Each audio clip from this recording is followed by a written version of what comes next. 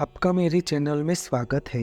मकर संक्रांति पर्व भारत के प्रमुख त्यौहार में से एक माना जाता है।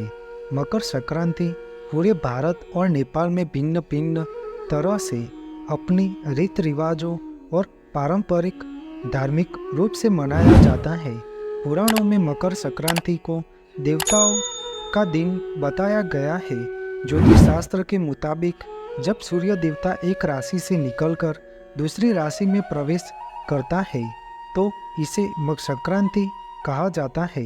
पौष मास में जिस दिन सूर्य मकर राशि में प्रवेश करता है उस दिन इस मकर संक्रांति पर्व को मनाया जाता है।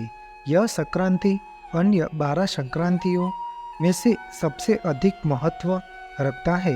वर्तमान शताब्दी में यह त्यौहार जनवरी माह के 14वें या 15वें दिन ही होता है। इस दिन सूर्य धनु राशि को छोड़कर मकर राशि में प्रवेश करता है।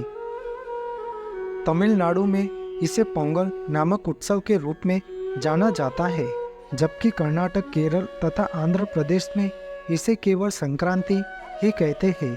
बिहार के कुछ जिलों में यह पर्व तिला संक्रांत नाम से भी प्रसिद्ध है।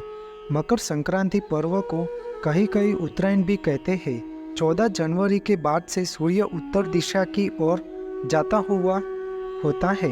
इसी कारण इस पर्व को उत्तरायण भी कहते हैं। वैज्ञानिक तौर पर इसका मुख्य कारण पृथ्वी का निरंतर 6 माह के समय अवधि के उपरांत उत्तर से दक्षिण की ओर भ्रमण कर लेना होता है और यह एक प्राकृतिक प्रक्रिया की घटनाएं है। मकर संक्रांति का उत्सव भगवान सूर्य नारायण की पूजा अर्चना करने के लिए समर्पित है। भक्तगण इस दिन भगवान सूर्य नारायण की पूजा कर आशीर्वाद मांगते हैं और इस दिन से वसंत ऋतु की शुरुआत होती है और नई फसलों की कटाई शुरू होती है। मकर संक्रांति पर भक्तगण यमुना, गोदावरी, सरयू और सिंधु नदी में पवित्र स्नान करते हैं और भगवान सूर्य नारायण को अर्घ्य देते हैं। इस दिन यमुना स्नान और जरूरतमंद लोगों को भोजन करवाना, दाल, अनाज, गेहूं जैसे धान्य और ऊनी कपड़े दान करने का शुभ अवसर माना जाता है। यह मान्यता है कि इस दिन किया गया दान 100 गुना होकर वापस लौटता है। धार्मिक मान्यता है कि मकर संक्रांति के दिन स्वर्ग का द्वार खुल जाता है।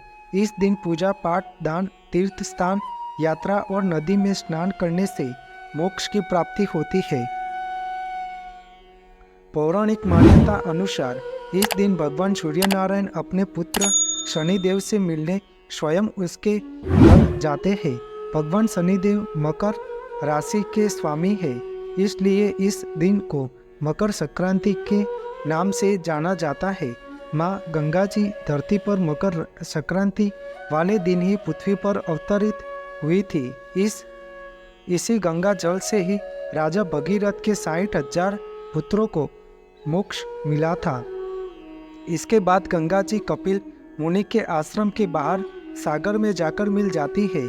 पौराणिक कथा के अनुसार भीष्म पितामह को इच्छा मृत्यु का वरदान प्राप्त था, लेकिन दक्षिणायन सूर्य होने के कारण बाणों की शैया पर रहकर उन्होंने उत्तरायण सूर्य का इंतजार करके मकर संक्रांति होने पर उत्तरायण में अपने देह का त्याग किया था, ताकि वह जन्म मरण के बंधन से मुक्त हो जाए। मकर संक्रांति से मांगलिक और अच्छे दिनों की शुरुआत हो जाती है, क्योंकि इस दिन मलमास समाप्त होता है। इसके बाद से सारे मांगलिक कार्य, विवाह, मुंडन, जनेऊ संस्कार आदि शुरू हो जाते हैं। सूर्य के उत्तरायण हो जाने से प्रकृति में बदलाव शुरू हो जाता है। मकर संक्रांति पर तिल, गुड़, खिचड़ी खाते हैं ताकि शरीर में गर्माहट बनी रहती है। मकर संक्रांति पर पतंग उड़ाने का महत्व भी विज्ञान से जुड़ा है। सूर्य का प्रकाश शरीर के लिए स्वास्थ्य वर्धक और त्वचा तथा हड्डियों के लिए बेहद लाभदायक होता है। इसी प्रकार से शरीर को भरपूर मात्रा में विटामिन डी मिलता है। यही कारण है कि पतंग उड़ाने के जरिए हम कुछ घंटे सूर्य के प्रकाश में बिताते हैं, जो आरोग्य प्रदान करता है। इसलिए मकर संक्रांति पर्व का महत्व सर्वोत्व और लाभदायक माना गया है। आपको मेरी यह माहिती अच्छी लगी हो तो मेरी चैनल को लाइक, शेयर, कमेंट, सब्सक्राइब करें और बेल आइकन को दबाना ना भूलें। जय स्वामीनारायण।